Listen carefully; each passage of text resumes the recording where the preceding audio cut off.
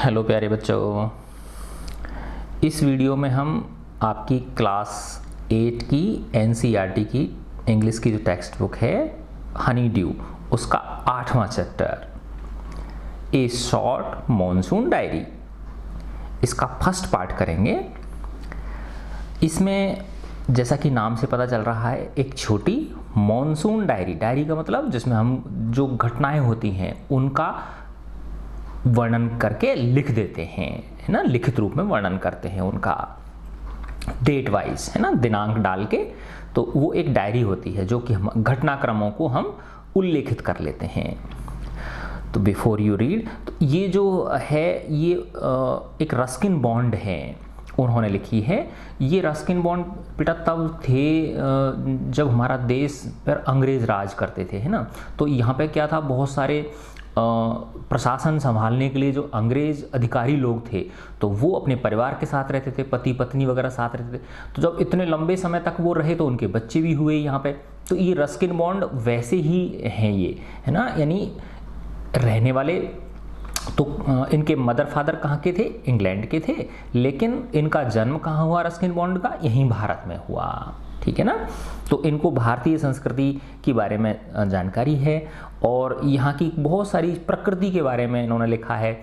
बच्चों के बारे में भी काफ़ी सारा इन्होंने साहित्य लिखा है रस्किन बॉन्ड ने। Before you read, do you know what a diary is? क्या आप जानते हो कि एक डायरी क्या होती है? It is a record of personal experiences. यह एक लेखा जोखा होता है, लेखा जोखा ऑफ पर्सनल एक्सपीरियंसेस, निजी अनुभवों का, रिटन डे आफ्टर डे, जो दिन प्रतिदिन लिखे जाते हैं, over a long period of time, एक लंबे समय तक, है ना। तो जो बहुत बड़े लोग होते हैं बेटा, है ना, तो वो नॉर्मली क्या होता है, हम भूल जाते हैं चीज़ों को, है ना। तो आप भी अगर कोशिश कर सकते हो इस चीज़ की कि जो भी आपके दिन में माना एक दो घटनाएं कुछ ना कुछ ऐसी घटी हुई होती हैं जिनका हम वर्णन उसमें लिख सकते हैं। और उससे क्या होगा, नहीं तो क्या होता है, कुछ दिनों बाद हम उस चीज़ों को भूल जाते हैं, है ना। और अगर एक बार हमने डायरी लिखना शुरू कर दिया, फिर 1 साल तक वो डायरी लिखी, है ना, फिर उस डायरी को जब आप बाद में पढ़ोगे तो आपको खुद को ही इतना आनंद आएगा कि मेरे जीवन में ये घटनाएं भी घटी थी, मैं तो इनको भूल ही गया था, ठीक है। तो you can also use a diary, आप भी एक डायरी का उपयोग कर सकते हो, टू नोट डाउन थिंग्स, चीज़ों को लिखने के लिए, यू प्लान टू डू, जिनको कि तुम प्लान कर रहे हो, इमीडिएटली यानी अभी अभी तुरंत, जिनको तुम प्लान करना चाहते हो अभी वर्तमान में, और इन फ्यूचर या भविष्य में। तो उस डायरी के अंदर आप उन चीज़ों को नोट डाउन कर सकते हो जिन्हें कि आप अभी करना चाहते हो या जिनको आप भविष्य में करना चाहते हो। One of the most famous diaries published as a book, है ना। अब जो डायरी होती हैं इनकी, अगर माना कोई सालों साल लिखता चला जा रहा है, तो फिर क्या होता है, वो उन घटनाओं को एक किताब के रूप में भी क्या कर सकता है, छाप सकता है, वो छपवा सकता है, ठीक है ना। तो इस तरह की डायरियों में से जो एक मोस्ट फेमस डायरी है जिसको कि किसके रूप में, किताब के रूप में प्रकाशित किया जा चुका है, is the diary of Anne Frank. ये एनी फ्रैंक की डायरी है, जो ये इस नाम से एक पुस्तक भी है, the diary of Anne Frank, है ना। तो इसमें एनी फ्रैंक ने क्या किया था, उन्होंने अपने दिन प्रतिदिन की घटनाओं को उल्लेखित करके डायरी में लिखती चली गई वो, और बाद में उन्होंने उसकी क्या छपवा दी, बुक छपवा दी, और वो बहुत क्या हुई, प्रसिद्ध हुई। Here are a few extracts from Ruskin bonds diary. यहाँ पर कुछ अंश लिए गए हैं, है ना। फ्यू एक्सट्रैक्ट्स का मतलब क्या होता है, एक्सट्रैक्ट का मतलब होता है लेना किसी चीज से। तो कुछ अंश लिए गए हैं from Ruskin bonds diary, Ruskin bond की डायरी से, इन विच, जिसमें कि ही पोर्ट्रेज का मतलब वर्णन करना, जिसमें कि वो वर्णन करते हैं the silent miracles of nature, प्रकृति के, है ना, साइलेंट मिरेकल्स को, ऐसे मिरेकल्स का मतलब होता है चमत्कार, है ना। साइलेंट यानी बिल्कुल चुपके से प्रकृति क्या क्या हमारे सामने मिरेकल्स कर देती है, उनका वर्णन इसमें किया गया है। प्रकृति चुपके से हमारे सामने क्या क्या चमत्कार उपस्थित कर देती है, उनका वर्णन किया गया है। एंड लाइफ्स लिटिल जॉयज, और जीवन के छोटे छोटे आनंदों का, एंड रिग्रेट्स, और दुखों का, परेशानियों का। तो इसमें जीवन के छोटे छोटे सुखों का वर्णन किया गया है और परेशानियों का वर्णन किया गया है। रीड ऑन, आओ पढ़ते हैं। फर्स्ट पार्ट है इसका, जून 24। अब जून का महीना है, तो जून के महीने में क्या होता है बताओ? लास्ट का वो है सप्ताह है, तो बरसात आने वाली होती कि नहीं होती? हाँ, और एक चीज़ और है कि इन लेखक जो है ना, ये रस्किन बॉन्ड, ये मसूरी में रहते थे, है ना? कहाँ पे रहते थे? मसूरी में, ठीक है ना? नैनीताल मसूरी है ना, जो हिली एरिया है, हिल स्टेशंस कहलाते हैं ये भारत के। The first day of monsoon mist, monsoon है ना, हिंदी में मानसून बोलते हैं और इंग्लिश में मॉनसून बोलते हैं इसको। The first day of monsoon mist, mist का मतलब होता है जैसे आपने देखा होगा कि जब बरसात होती है ना, या बरसात आने वाली होती है, तो हवा के अंदर नमी आ जाती है, बहुत ज़्यादा नमी आ जाती है ना। और बरसात जब हो जाती है उसके बाद भी हवा के अंदर छोटी छोटी बूंदें, है ना, पानी के रूप में तैरती रहती हैं, ठीक है ना। तो मॉनसून मिस्ट का मतलब क्या हो गया? मिस्ट क्या चीज़ है? छोटी छोटी जो पानी की बूंदें होती हैं, है ना, उनकी एक परत सी बन जाती है, जो कि आसमान में, हमारे इस वातावरण में क्या रहती है? झूलती रहती है, पृथ्वी की सतह के ऊपर, जस्ट ऊपर पृथ्वी की सतह के। एंड इट इज स्ट्रेंज, और ये एक बड़ी विचित्र बात है, हाउ ऑल द वर्ड्स, कि किस प्रकार से सारी की सारी चिड़ियाँ फॉल साइलेंट, चुप हो गई हैं, as the mist comes climbing up, जैसे ही ये जो मिस्ट है, अब देखो मिस्ट को मैं मिस्ट ही बोलूँगा, मिस्ट समझा दिया ना आपको, कि जो छोटी छोटी पानी की बूंदें होती हैं, नमी की बूंदें जो होती हैं, है ना, बहुत बारीक बारीक, है ना। जैसे आपने देखा होगा सर्दियों में भी कोहरा पड़ता है, तो वो कोहरा है, वो क्या है बताओ? जिसको धुंध बोलते हैं अपन, वो भी एक तरह से मिस्ट ही है, क्योंकि वो पानी ही तो है ना। पानी क्या हो जाता है? जम जाता है छोटी छोटी छोटी बूंदों के रूप में।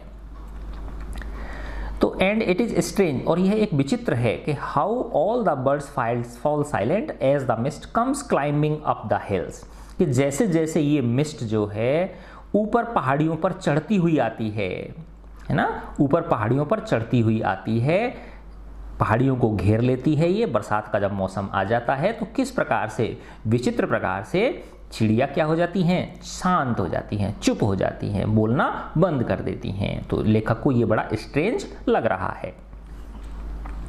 Perhaps, शायद, that is what makes the mist so melancholy, melancholy का मतलब होता है उदास, है ना, दुखी।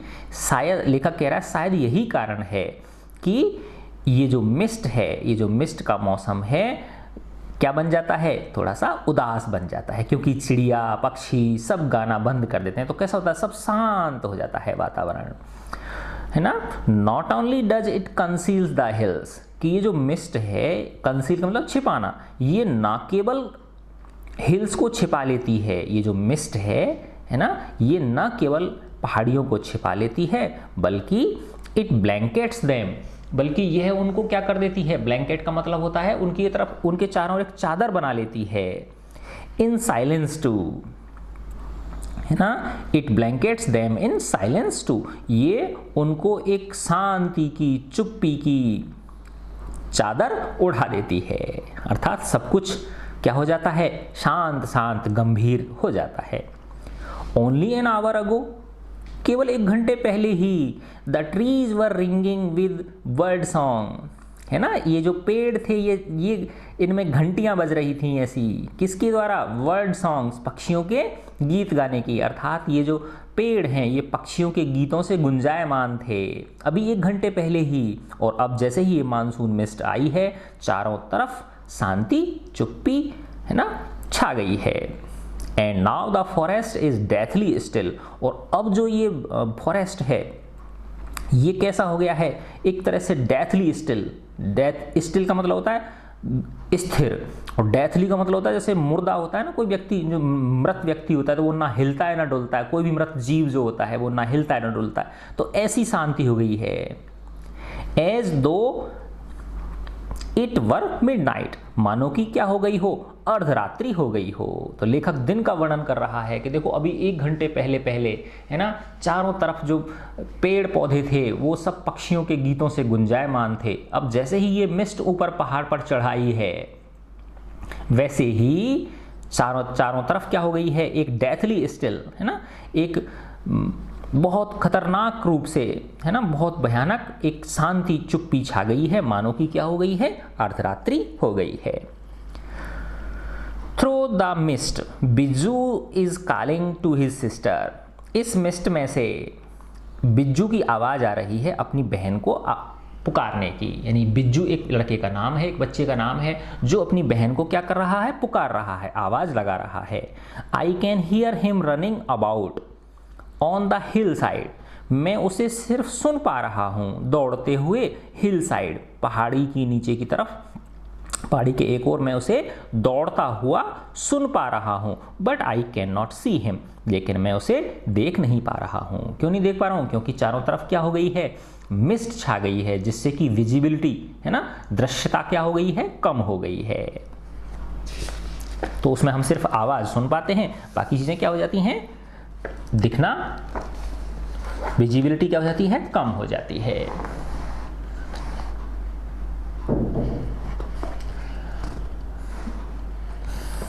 अब है जून 25।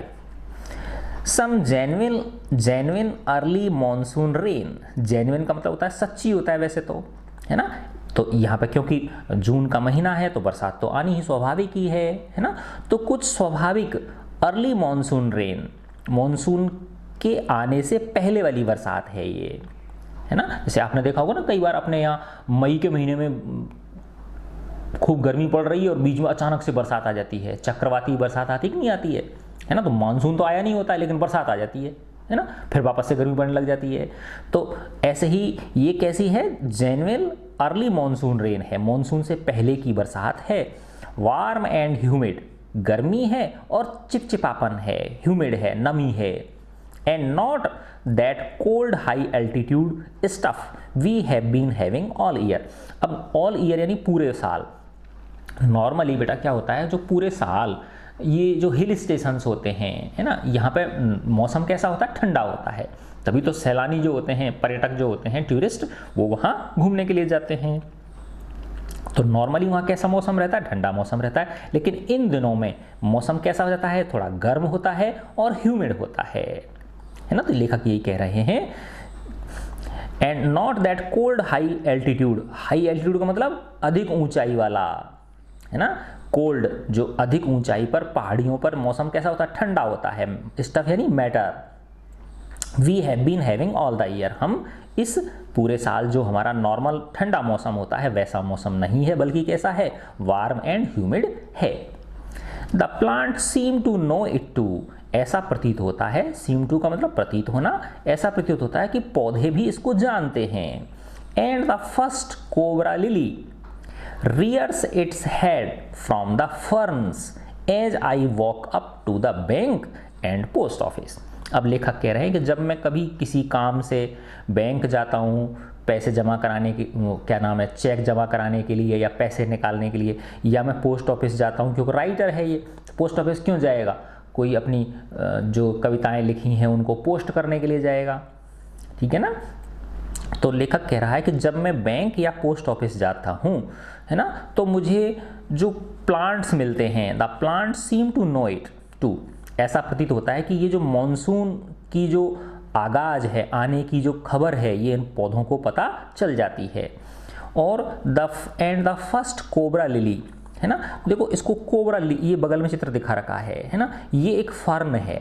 फर्न का मतलब होता है, देखो यहाँ दिखा रखा है इसमें, ए फ्लावरलेस प्लांट, है ना, इस एक ऐसा पौधा जिसमें फूल नहीं आता, जिसमें क्या नहीं आता है, फूल नहीं आता है। A flowerless plant with feathery green leaves, है ना, जिसकी हरी पत्तियां होती हैं फेदर्स के जैसी, है ना, जैसे पंख होते हैं ना पक्षियों के, वैसे ही इसकी ये हरी पत्तियां होती हैं, जिसमें क्या नहीं आते हैं, फूल नहीं आते हैं, है ना, तो उनको फर्न बोलते हैं हम।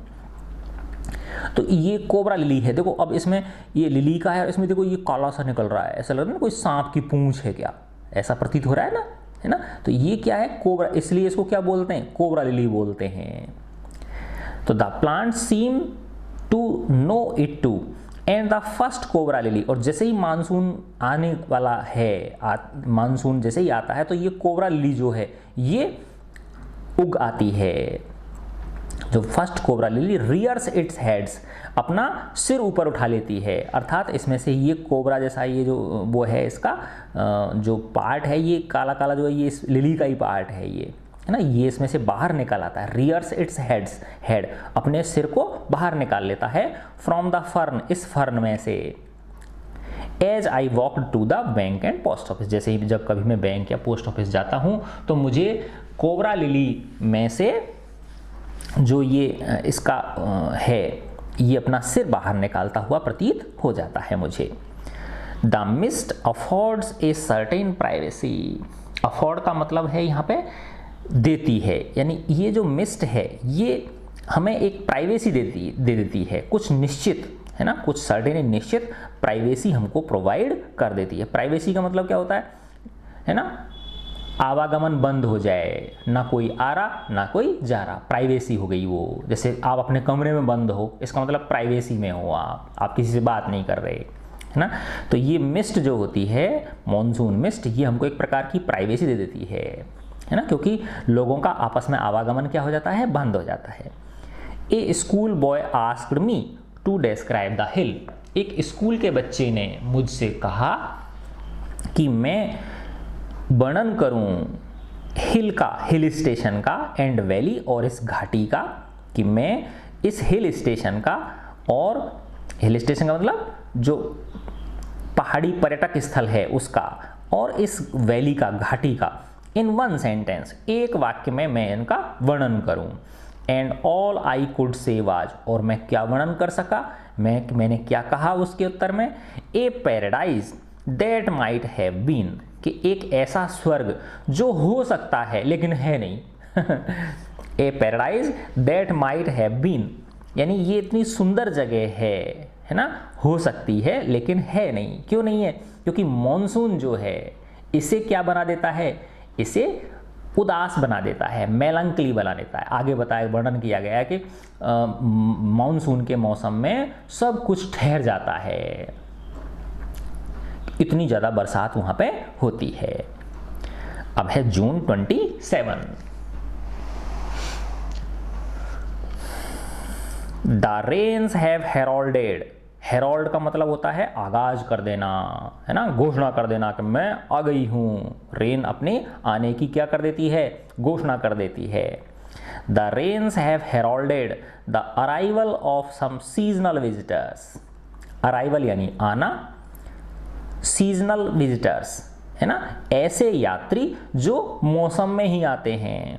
तो जैसे ही बरसात आने का आगाज होता है, जैसे ही बरसात आने की घोषणा होती है, तो ये क्या कर देती है, कुछ सीजनल विजिटर्स, जैसे कि ए लेपर्ड, तेंदुआ, एंड सेवरल थाउजेंड लीचेस, और कई हजारों जोंक, जोंक होती है ना जो खून पीती है, देखा होगा ना आपने। जैसे गांव के अंदर क्या होता था, पहले हम जब छोटे थे तो जो भैंस वगैरह होती है ना, जैसे वो पोखर में चली जाती हैं पानी पीने के लिए, उसी में मस्ती करती रहती हैं। फिर जब वो बाहर निकल के आती हैं तो उनसे जोंक चिपटी हुई रहती थी।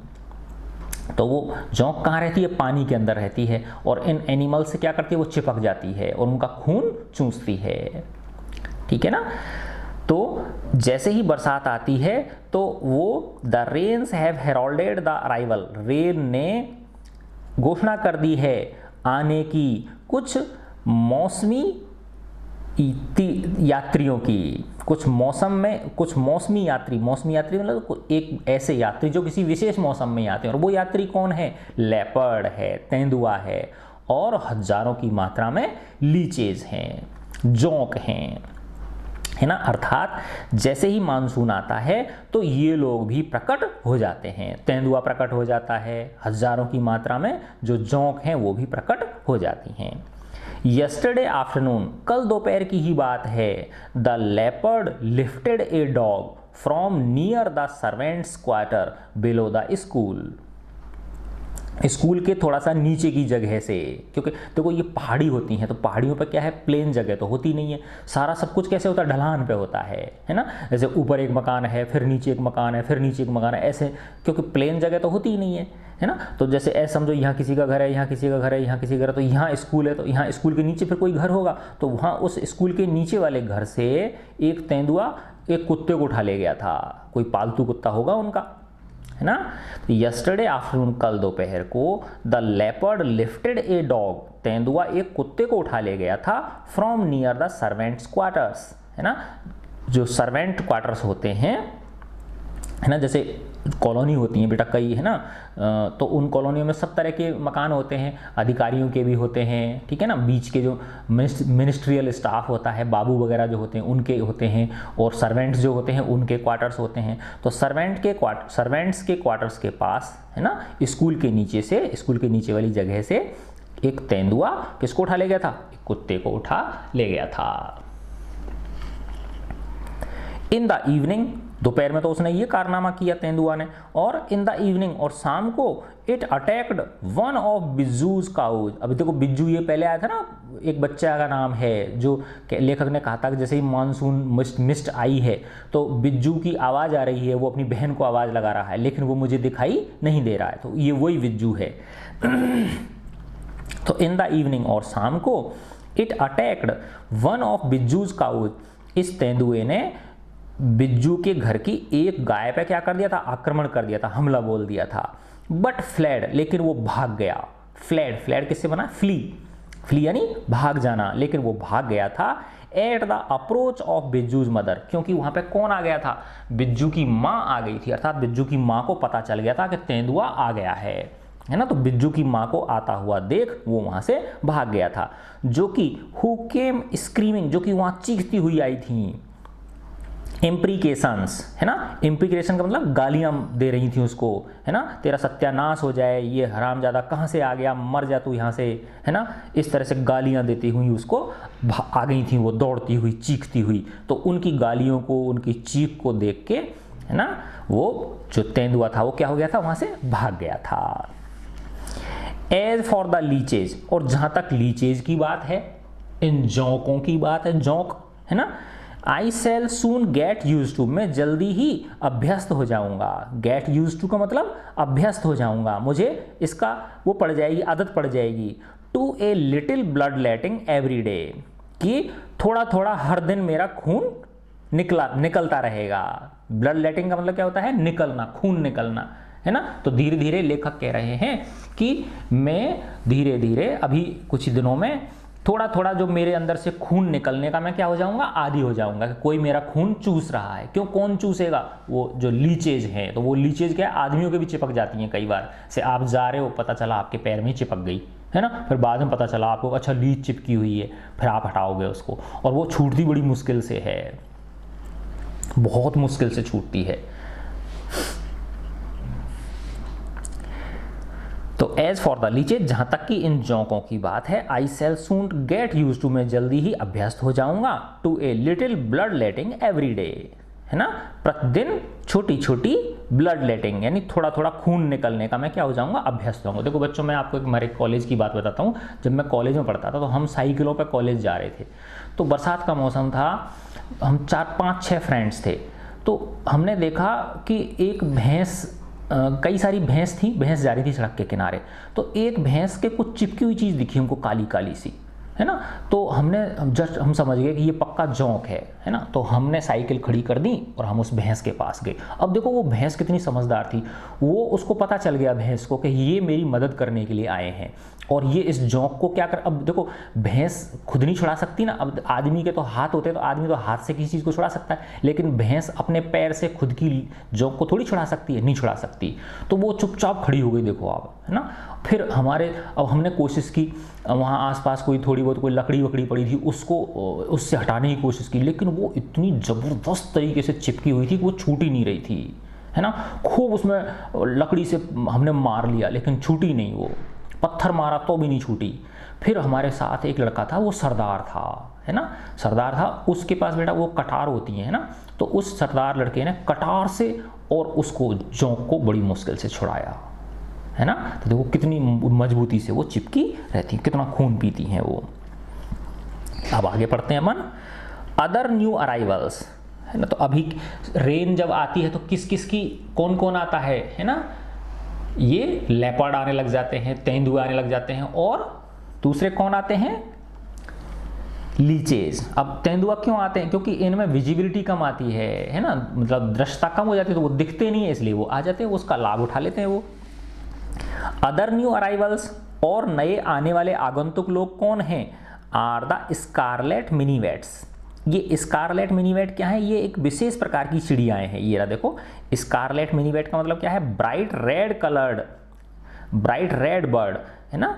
चमकीली लाल रंग की चिड़िया होती हैं, लाइक ए कुक्कू, कोयल जैसी। तो कोयल तो काली होती है, लेकिन ये जो स्कारलेट मिनीवेट है ये गहरे लाल रंग की होती हैं। तो जो मेल होती है, मेल चिड़िया जो होती है स्कारलेट मिनीवेट, वो तो गहरे लाल रंग की होती है, जबकि फीमेल जो होती है, लेखक कह रहा है द फीमेल्स आर येलो, जबकि जो फीमेल होती हैं वो कैसी होती हैं, पीली होती हैं, है ना। तो ये जो स्कारलेट मिनीवेट हैं, चिड़िया हैं, ये एक विशेष प्रकार की। तो इनमें जो मेल चिड़िया होती हैं, जो पुरुष चिड़िया होती हैं, वो तो कैसे रंग की होती हैं, ब्राइट रेड कलर की होती हैं, और जो फीमेल स्कारलेट मिनीवेट चिड़िया होती हैं वो येलो कलर की होती हैं। तो ये दूसरे हैं जो कि मौसम के मॉनसून मिस्ट के आने पर आते हैं ये। तो other new arrivals are scarlet minivets flitting silently among the leaves like brilliant jewels. तो ये चुपचाप फ्लिटिंग, है ना। फ्लिटिंग का मतलब होता है यानी उन पत्तियों के अंदर, among the leaves like brilliant jewels, है ना। पत्तियों के बीच में ये छिपी रहती हैं, है ना, जैसे कि चमकते हुए मोतियों की तरह है, क्योंकि ये लाल पीली कलर की है ना। तो इस तरह से वो दूर से देखते तो कैसे लगती है, मानो कोई लाल पीले रंग के मोती जड़े हुए हों। No matter how leafy the trees, चाहे वो पेड़ जो है वो कितना भी पत्तीदार क्यों ना हो, घना पत्तीदार क्यों ना हो, चाहे भले ही उस पेड़ पे खूब सारी पत्तियां हों।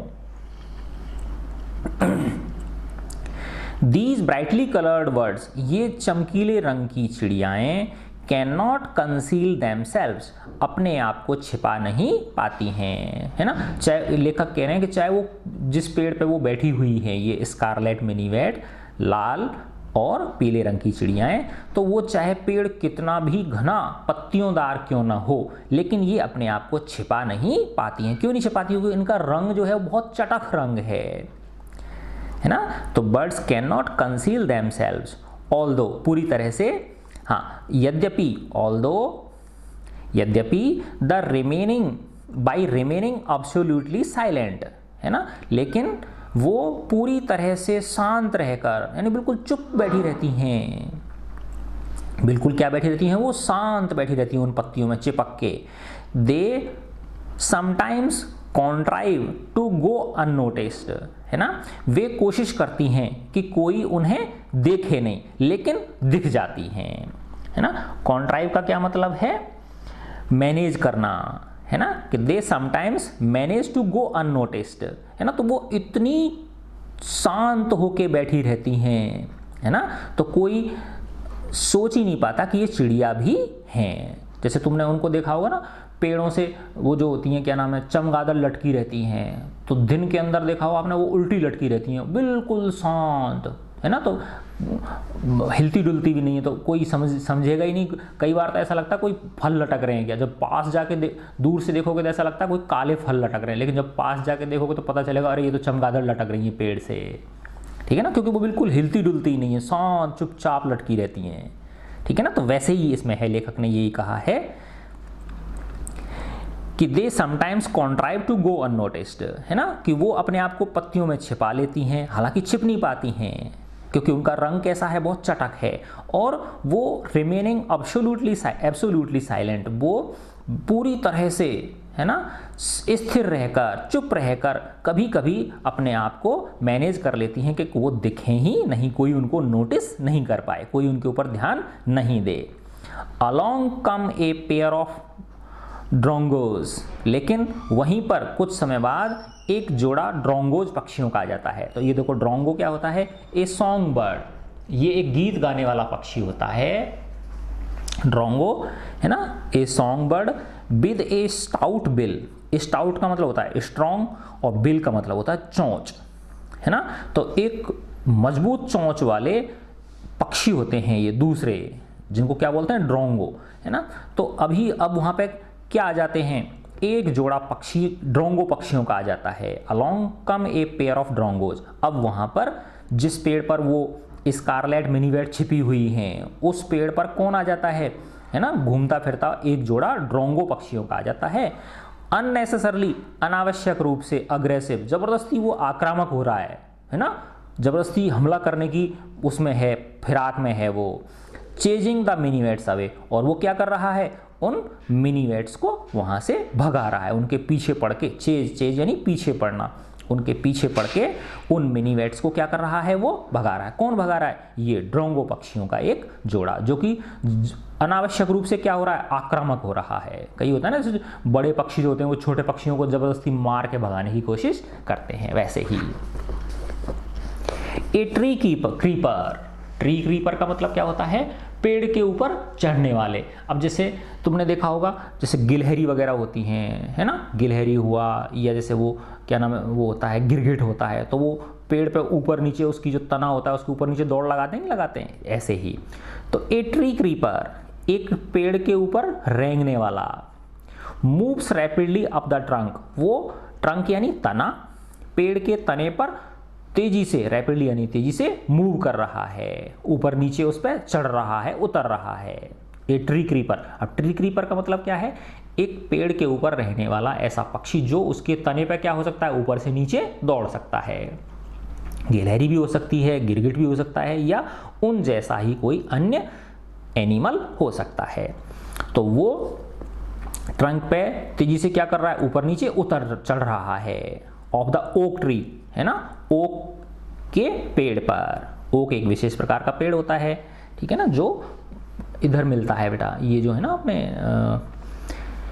हिमाचल प्रदेश, है ना, और जो पहाड़ी एरिया होता है वहाँ पर। Snapping up insects all the way, और वो चटका रहा है इंसेक्ट्स को, कीड़ों को अपने रास्ते में, है ना। तो रास्ते में जो जो कीड़े आ रहे हैं, अर्थात वो इसीलिए दौड़ लगा रहा है कि उस पेड़ पे जो भी कोई तने पे जो भी कोई कीड़े आए तो उनको क्या करे, चटका दे। चटकाने मतलब उनको मार के खा जाए। तो snapping of insects all the way, अपने रास्ते में आने वाले। तो वो जो ट्री क्रीपर है ना, मूव्स रैपिडली अप। अब देखो, वैसे क्रीपर का मतलब वो उनको बोलते हैं, जैसे कोई बेल वगैरह होती है ना, जो चढ़ जाती हैं किसी पौधे के सहारे, उसको क्रीपर बोलते हैं। लेकिन यहाँ पे ट्री क्रीपर का मतलब क्या है, ये एनिमल है ना। तो ये उस पेड़ की जो तना है उस पर ऊपर नीचे दौड़ रहा है, और अपने रास्ते में उनको उस दौरान मिलने वाले सारे कीड़ों को वो चटका के खा रहा है। Now that the rains are here, अब बरसात आ चुकी है यहाँ पर। There is no dearth of food, dearth का मतलब होता है कमी, स्केर्सिटी। अब यहाँ भोजन की कोई कमी नहीं है। For the insectivorous birds, insectivorous का मतलब होता है कीड़े खाने वाली।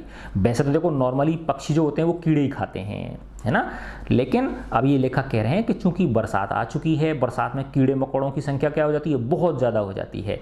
इसलिए ऐसे पक्षी जो कीट भक्षी होते हैं उनको भोजन की कोई कमी नहीं है।